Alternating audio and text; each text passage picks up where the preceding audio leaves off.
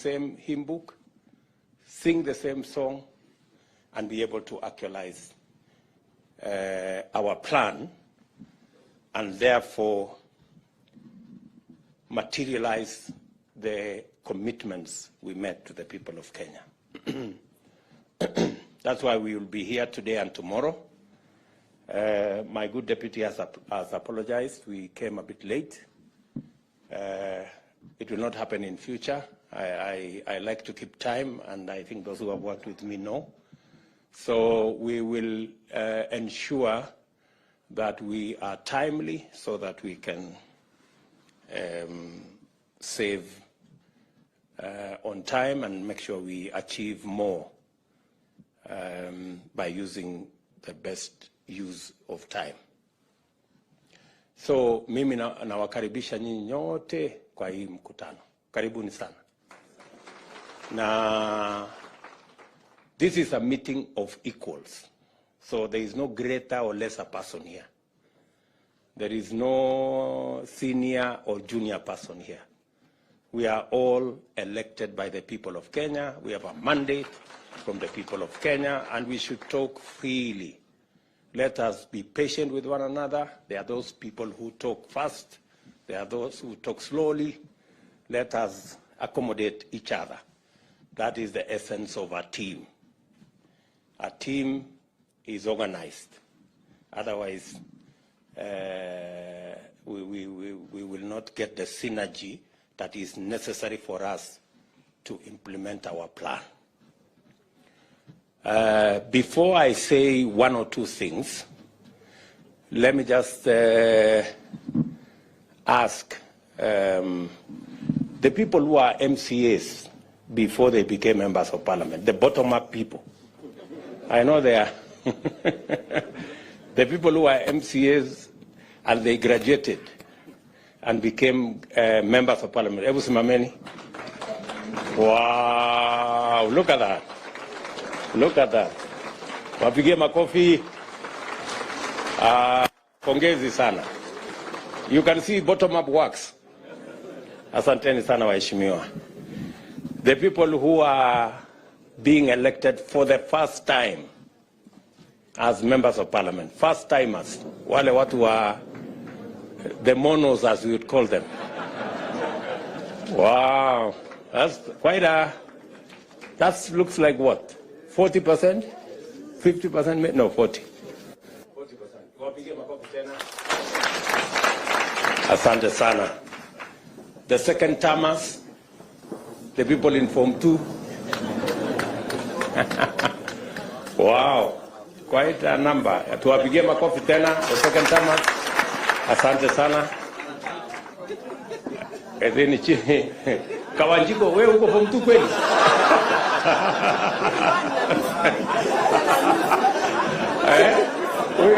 Huyo aliruka darasa huyo. Okay. Can we see the third timers? Form 3 people. The Form 3. The Form 3. Wow. That's quite impressive. Tuwapigie makofi watu wa Form 3 hapo. Asante sana. Thank you very much. Tuko na watu wa Form 4 kweli? Haya, watu wa Form 4 tuone. The fourth timers. Wow. Wow. Wow. That's quite something. Oh, Mwangi there. Aden Duale here.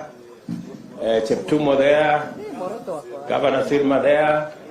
And Garek Mbuki. Jaffe. And of course, Lekuton. And Khalwale right at the back. And Kiunjuri right there. Aya, tuwapigie makofi. Form 5, 5th timers. Are there 5th timers here? Moroto in absentia. Moroto. Oh, 5th timers. Yes. Wow, we have Gonzalai. Yeah. All the way from Penango. Miguel Makofi. The only one, the only elder here. Moroto. And Moroto. So they are the elders or ancestors?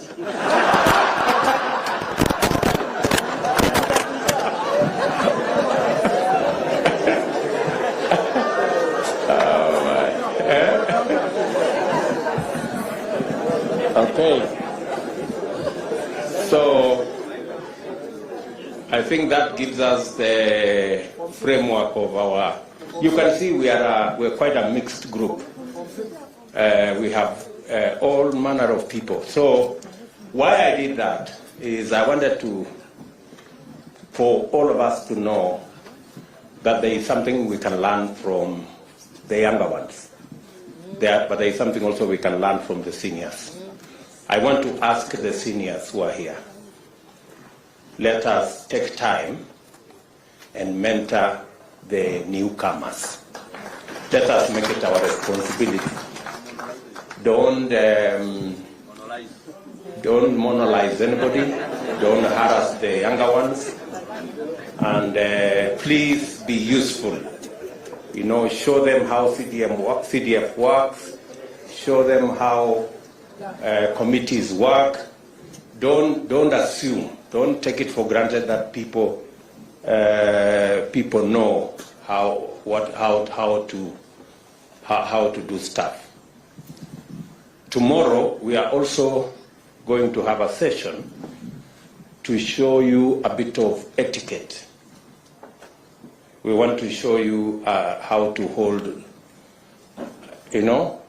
what to do, because sometimes we get embarrassed when senior people don't even know how to hold a spoon or how to hold a fork.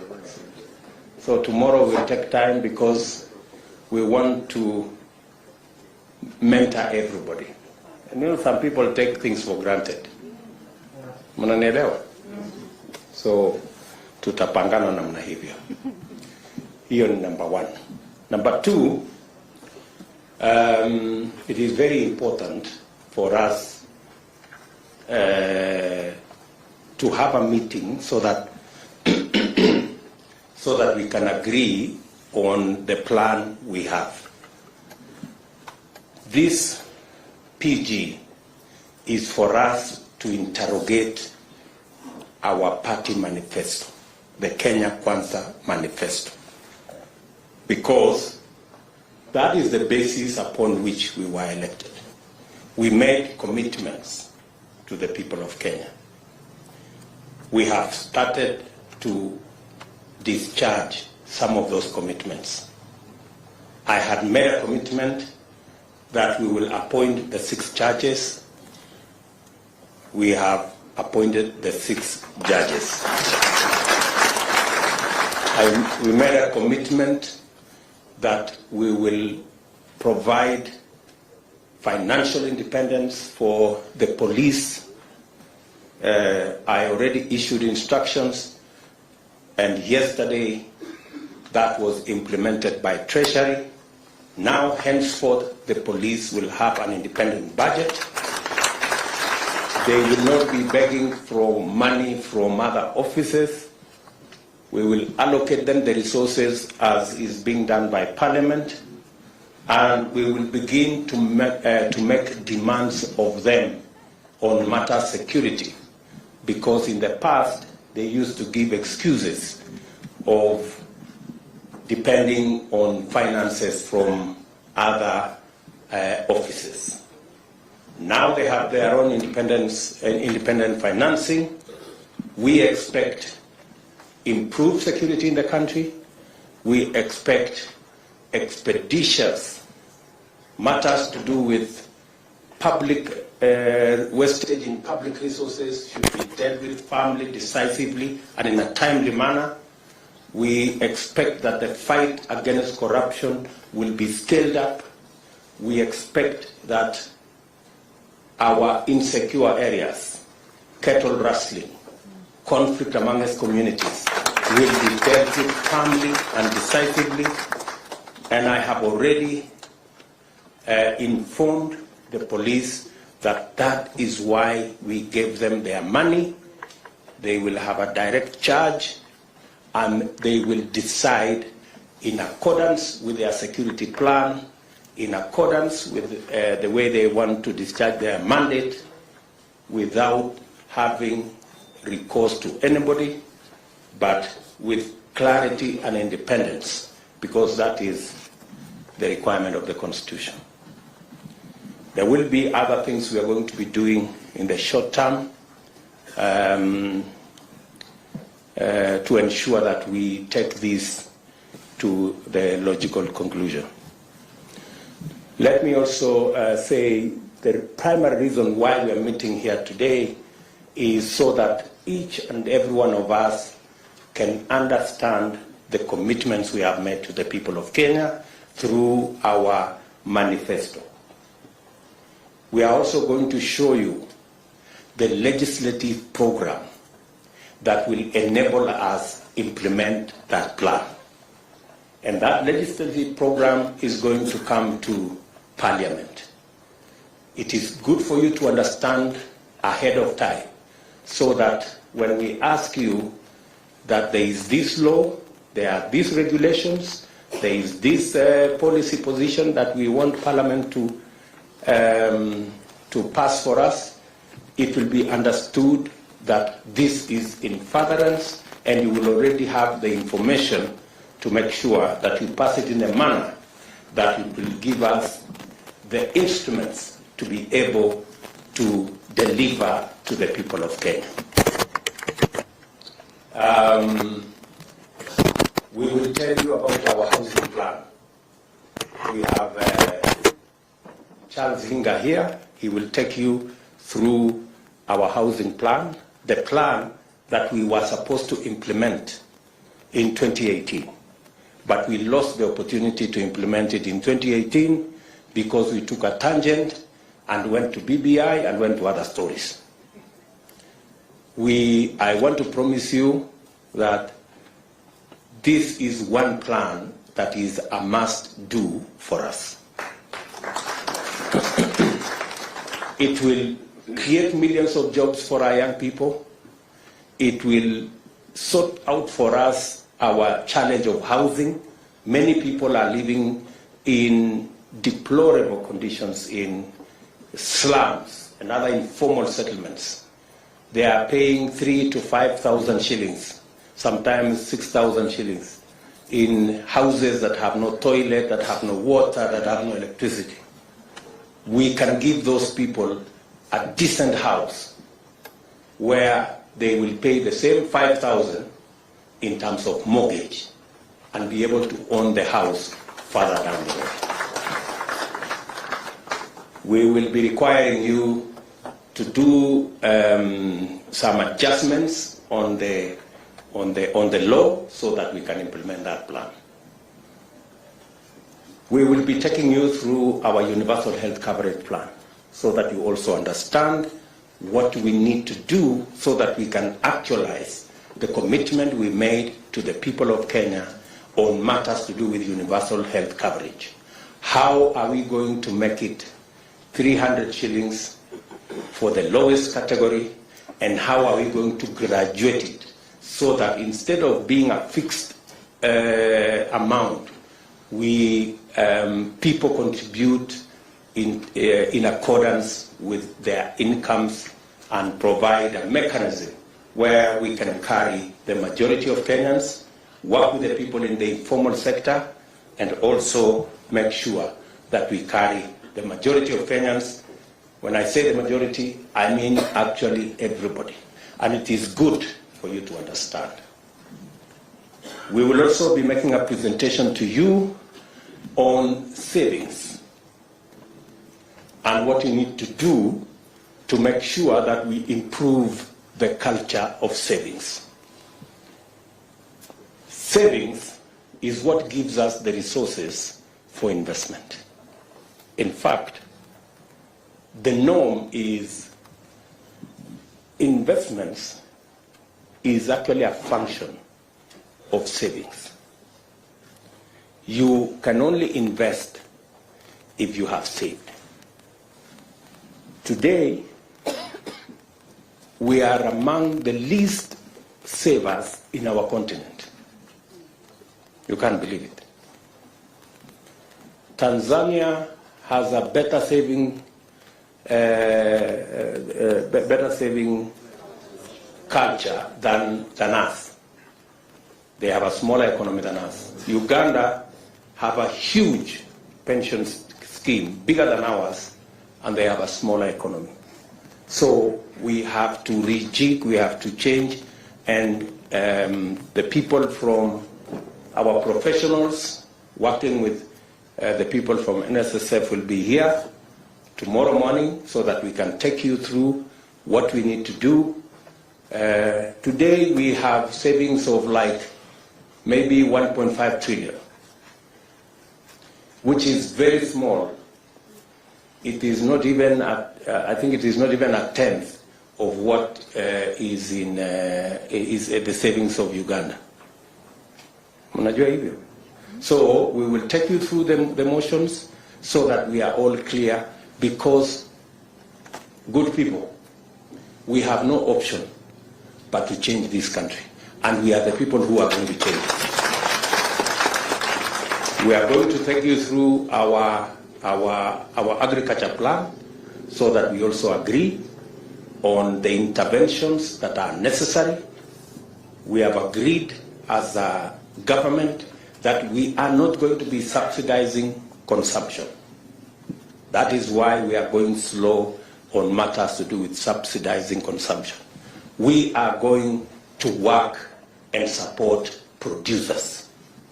That way, even if we are intervening at that level, it gives us a bigger leverage.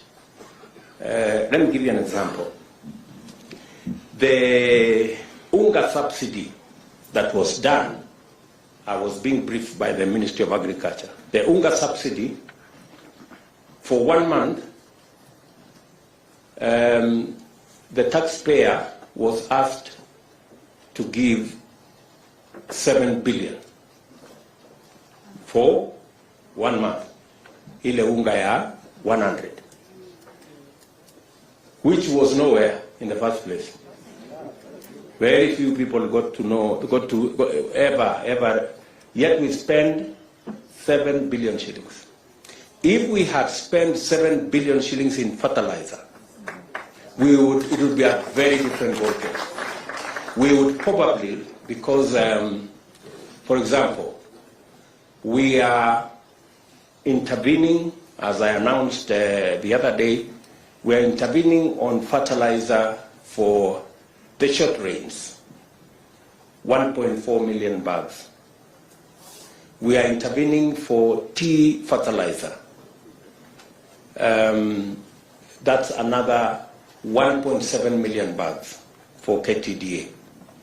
It is costing us less than the subsidy of UNGA that is for 1 month.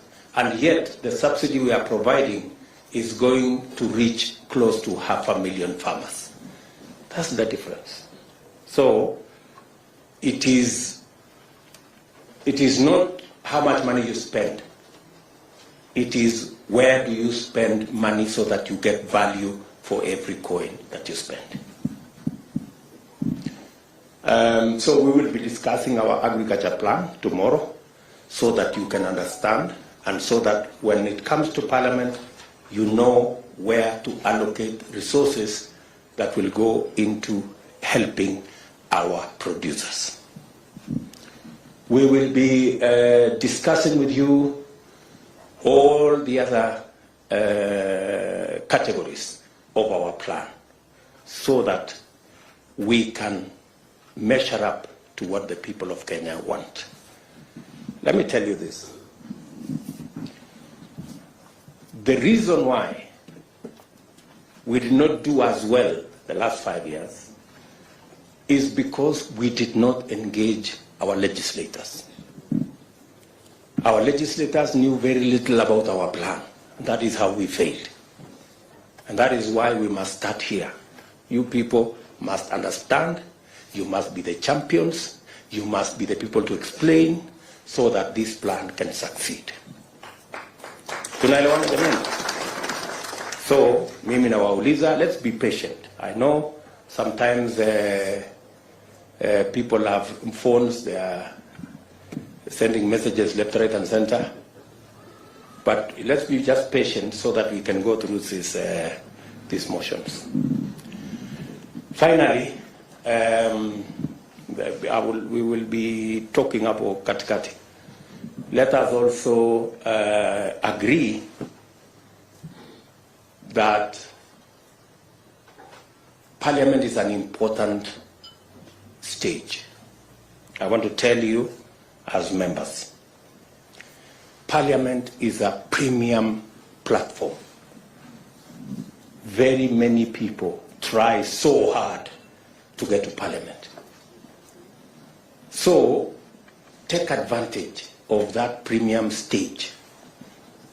Out of 50 million Kenyans, we have only 349 in National Assembly and 67 in the Senate. Consider yourself privileged to access the stage in Parliament and make use of it. It can make your career, it can unmake your career, the way you use the floor of the House.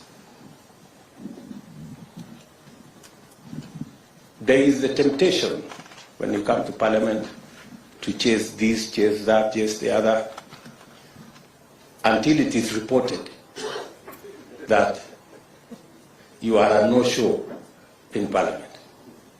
Unajua kuna watu wanaandikwa ati hawajawahi kuzungumza kwa bunge. Please, nataka niwaombe. You know, why do you look for a premium stage and then you are scorned? You do nothing with it. Kwa sababu Parliament sio mahali ya kuuza viazi ama kufanya. Parliament ni mahali ya kuongea mambo ya wananchi, to articulate issues that are important to your constituents, issues that are important to your party, issues that will shape the future and destiny of our country. And that is the stage you have. It's a premium stage. It's not a stage that anybody can walk in and have. So while you have the privilege to be a member of Parliament, please make use of that stage. Sometimes it is it's quite intimidating, especially for the new members. Kidogo ukisimama hapo unatetemeka kidogo, Kiswahili Kiingereza inachanganyika, but if you do it consistently, utashika network na mambo itaenda mzuri. Yeah, and many of our constituents are waiting to see. They're waiting to see you. Mbunge wetu wamesema nini kule bunge leo.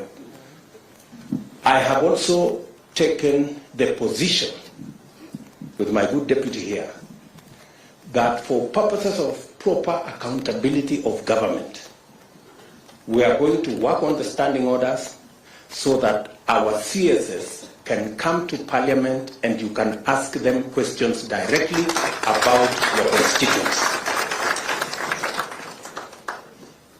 so that we can improve the accountability of our government, the accountability of our ministers, because in any case, the ministers don't have any constituency to attend to.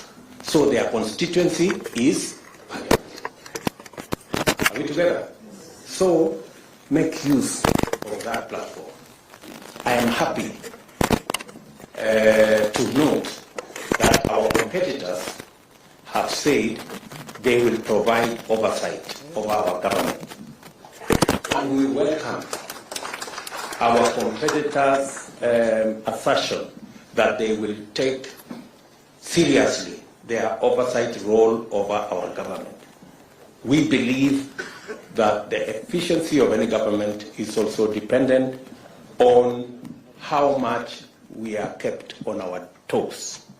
So I want to tell our good friends on the other side of the political divide, welcome to your oversight role. We are ready to be accountable as a government, because that will make the people of Kenya get value for every commitment we make, every shilling we spend, and every plan we roll out. So we are going to work together in that manner, and we want to take this into the future. Shortly, we will be going to Parliament, and tomorrow we will have a conversation about House leadership, both in the National Assembly and in the Senate. Let me congratulate all of you. When we had the PG, we agreed that each and every one of you should be in Parliament, and you showed a great patriotism in Parliament. You were there for long hours. We elected both speakers, and both deputy speakers are members of Kenya Kwanza, and we are very proud of you guys and what you are able to do. We are going to have the leadership of the House discussion tomorrow, and collectively we are going to make a decision on who will be the leader of majority in National Assembly, in Senate, their deputies, the chief whips, their deputies, and all the other people in there. Our competitors on the other side will provide the oversight role. I have had them try to say they have some numbers. I mean, surely, if you cannot even raise a candidate for the Speaker of Senate, what numbers do you really have? Let's just be honest with ourselves. You know, there is no need to bring a contest where there is none. We have accepted that we are not going to appoint any member of the opposition into government, because we want a vibrant opposition. We want an opposition that will keep government in check, because we have nothing to hide, and we want an accountable, to run an accountable government. So we appreciate their role. We wish them well in their role, but we will play our role as effectively as we can. And members, I want to request you, with all humility, please let us take the responsibility put on our shoulders by the people of Kenya seriously. I will keep consulting. When necessary, at short notice, we will meet. We will have regular PGs so that we can all read from the same script and do the job for which the people of Kenya elected us. Asanteni sana. I do not wish to say more than that. I am here until close of business tomorrow. So tuko pamoja.